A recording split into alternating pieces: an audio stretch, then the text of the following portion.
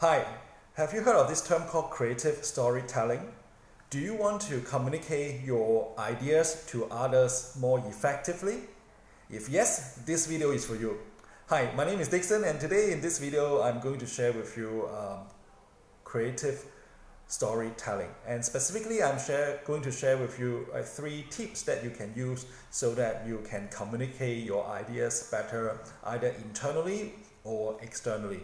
Now, why understanding this is important? Because nowadays we are bombarded with a lot of information, we are bombarded with a lot of data, and how can you communicate very effectively and to cut through all this data information so that the recipient of the message exactly know what you want to communicate, right? That is essential, and that's why you need to employ the technique of creative storytelling. That means it's not just about communicating all the data information across, but it's about communicating a story.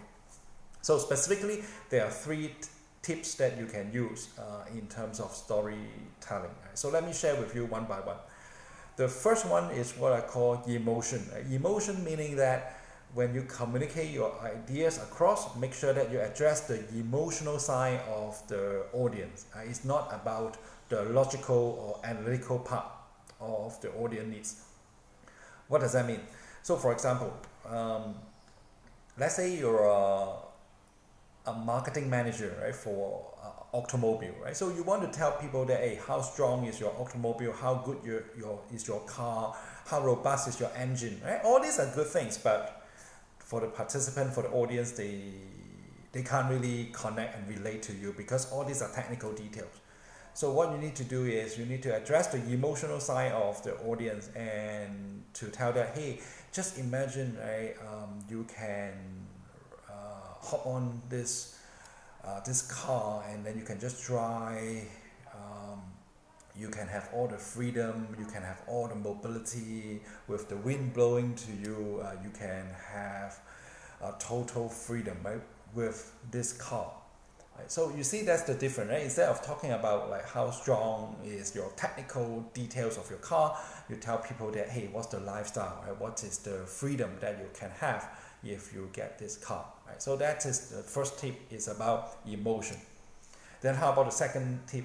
The second tip is about reduce, right? Reduce. What does that mean? That means you need to reduce all these details and boil down to one core idea or one core message so that people can receive your message in a more user-friendly manner. Right? So for example, let's say if you are making a technical presentation, right, to your manager, and you want to tell your management that how robust is your server. You want to tell people that, hey, our IT department is handling number of requests, so on and so forth.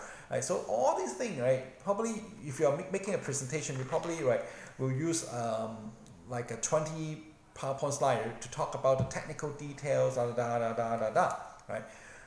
Which is no use, right? Because the core message is not clear. Right? So what you need to do is you need to reduce, right? Reduce all these technical details, right? Maybe from the size of this one whole chunk of information, right, to one piece of information. So this is what we call reduce.